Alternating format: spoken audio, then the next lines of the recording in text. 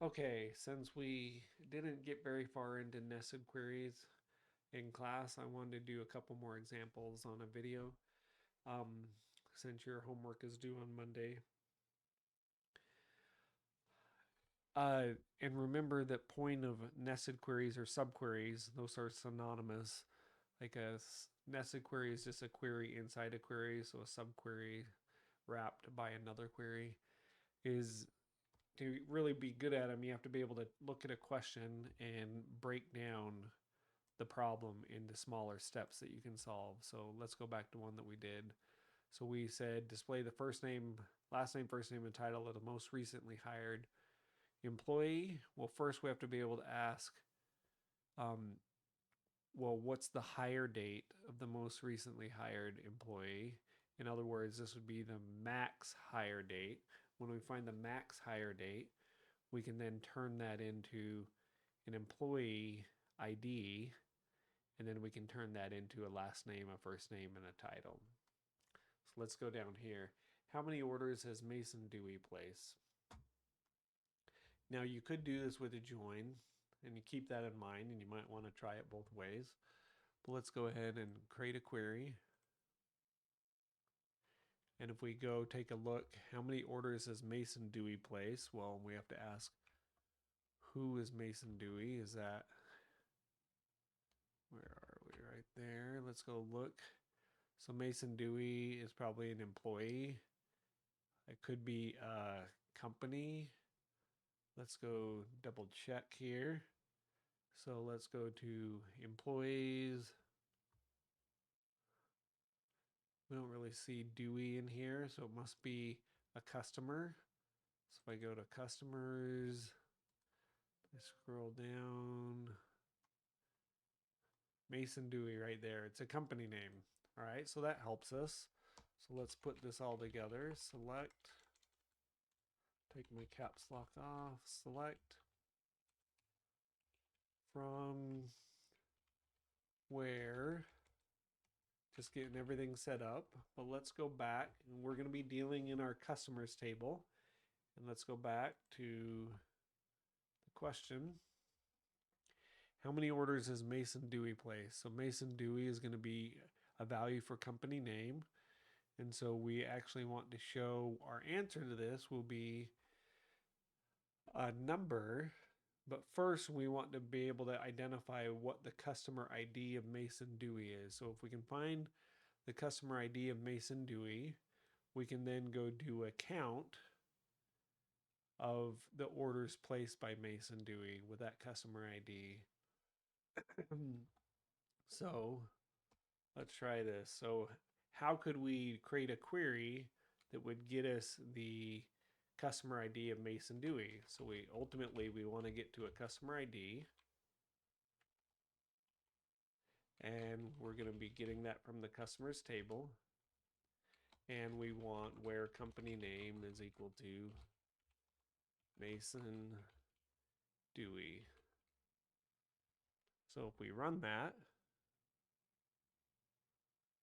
we actually get the customer ID of Mason Dewey. So right there. So remember that MAISD, that value, is exactly the same, and you can see my version of Access is changing the formatting, is exactly the same as this query. So when I run this query, I should get a customer ID.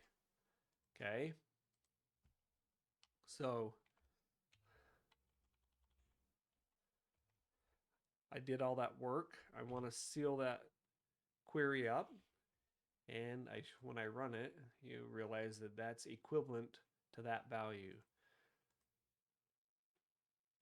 So it stuck it inside these parentheses. I'm going to let it do it. Don't get confused by the formatting here. I need to change that setting. So now we want to turn that into a count of orders. So we want to say count order ID from customers. Oh, actually, sorry. Take that back. Where did order ID come from? Let's go take a look. you look in customers, there's not an order ID, but in the table next to it, there's an order ID. And the only way we're going to get there is through customer. So we already converted the customer ID here. That's this customer ID. So we want to then set it equal to that customer ID in orders so that we can count the order IDs. Ready? So we're going to say from orders, because we're dealing with the order ID that only comes from orders, where customer ID is equal to Mason Dewey, essentially. And this query gives us the customer ID of Mason Dewey. And so in that way, we're able to kind of do a join. We join customers and orders together. So now when I run it, I get a count like I was expecting. So again, keep in mind that we put this in parentheses. You see it changed the formatting here. I look at the parentheses. I put it in parentheses so it runs this first. And it says, go find Mason Dewey, the row that has Mason Dewey on it, and give me the customer ID back. And then it replaces all that with the MAISD, the customer ID of Mason Dewey, and then it runs this outer query. So let's try another one. Let's go back here. Let's try number 5. How much revenue has been generated by condiments? So use a nested query, not a join. So the other thing is you should go try to do this same query for back here using a join, and then do the same thing for 5. So let's go create another query. Okay, now look at this question and think, how could we split it out? Well, if we want to calculate the revenue, we know, let's go back and look at this table. The revenue has to come from order details. We've already established that. But it has to come from a category. And the closest place we see a category related thing is right here in category ID. But that's just an ID. We want to actually use the stuff from the question. Like this has to be our starting point. So we have to do condiments. And if you go look at the table, oops, wrong one sec. If you go look at the table, you'll be able to see that condiments shows up here in category name. Again, don't be deceived by the fact that if you open up products and look at the category ID column, it's going to be called category or category name. And it's going to have a actual text-based category in there. So let's just go take a look at it. So you see category right there. But we don't trust the table, we trust the schema. Okay, so this is just a number in the background. It's just overlaid to make it more human readable. And so we're going to have to actually basically join these 3 tables. We're going to have to say category name equals condiment. So the first sub-problem is, can I write a simple query that gives me the category ID of condiments? Okay, so let's start there. Select, and we want the category ID.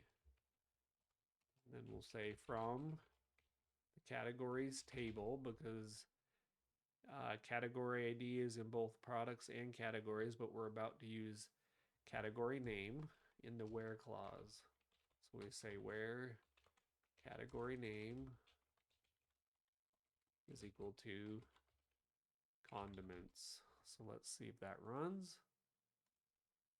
So we can actually see that category ID for condiments is 2. But now, let's see, it's changing my formatting, so it's fine, just don't let it confuse you. I'm gonna seal up that query because I need that one to run first. But then what I need to do is I need to do kind of like a join using nested queries. I need to take that category ID and I need to turn it into a product ID. Why? Because look right here. How much revenue has been generated by condiments? Well, there's more than one product in the condiments category. So really what I'm doing is I'm turning it into a list of product IDs. So let's go try that, right? So I need to basically say any product ID that is category ID 2, which is category name condiments. I want to produce a list in this second step. So the second subproblem I'd be solving for this question, how much revenue has been generated by condiments, is I need to get a list of products that are condiments. The first step was, can I get the category ID of condiments? Now that I've got the category ID, I can work solely inside the products table and write a simple query to say, can you give me a list of product IDs that are category ID 2? And we can do that, right? We can go select product ID from products where category ID is equal to,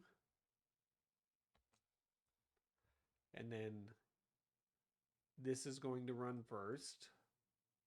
It's going to return 2, which is the category ID of condiments. It's going to pass it back to this query, and then it's going to say, give me a list of product IDs that are equal to category ID 2. So when we run it, these are all product IDs. These are all condiments. But what I want to do is I want to calculate the revenue. So now think of it as the next problem. I've got a list of product IDs that are condiments, but I actually want to turn it into a single number that's the summed revenue. So I'm going to seal these queries up to make sure I ensure the order of execution. And now I need to be able to write a query using the order details table. I'm going to say select sum of unit price times quantity, because that's how we get revenue. We've done that in prior ones. So I'm going to go select sum unit price times quantity. Where did I get those from? I got them from the order details table. Oops, it already did some autocomplete here. Let me get rid of some of those square brackets. And then what am I interested in? I want where product ID is found in that list that I just generated from these queries. But you should pause here and say, if I say equals to, well, what is equals expecting? It's expecting a value, a single value on the right and a single value on the left, right? In this case, it's a variable. It's a variable on the left, but it's expecting a single value on the right, because how could product ID be equal to multiple values? Well, that's problematic because this is going to return a list of values. So let's see if we actually run this. It says at most one record can be returned by this subquery. What it's saying is, because of this equal, this subquery can only return one record in order for the equal operator to be satisfied. However, this subquery it's possible, and as we saw, it's going to return more than one. So we can't use equal, we're going to use in, which is kind of really nice because you would say this in English. I want to sum up the revenue for products in this list of products that are condiments. So now when I run it, I get an answer, the correct answer. So you're going to want to remember the difference between equal and in. Equal is for when you're expecting a single value. In is when you're expecting a list of values or multiple values. And that's why we use in here. So a couple other things to recognize here is recognize this right here. Let's go in the where statements. So look at here, where product ID, in, select product ID. Do you see the pairing here? When we get down to this where, it's category ID is equal to select category ID. So what we're really emphasizing here is category ID has to be compared to a value that's a category ID, and that's why in the inner query we select a category ID. Product ID has to be found in this list of product IDs. So there's always going to be a pairing here as we use joins for like substitute, as we use subqueries for substitute joins. So that should get you started. I challenge you to try to do 6 on the practice because it's just a really long um, list of subqueries, but you're going to have to do some joins in there as well. And then go back to 5 and 6, these two right here, and see if you can't create the queries with joins. Hopefully doing them multiple ways will help increase your understanding. So have fun.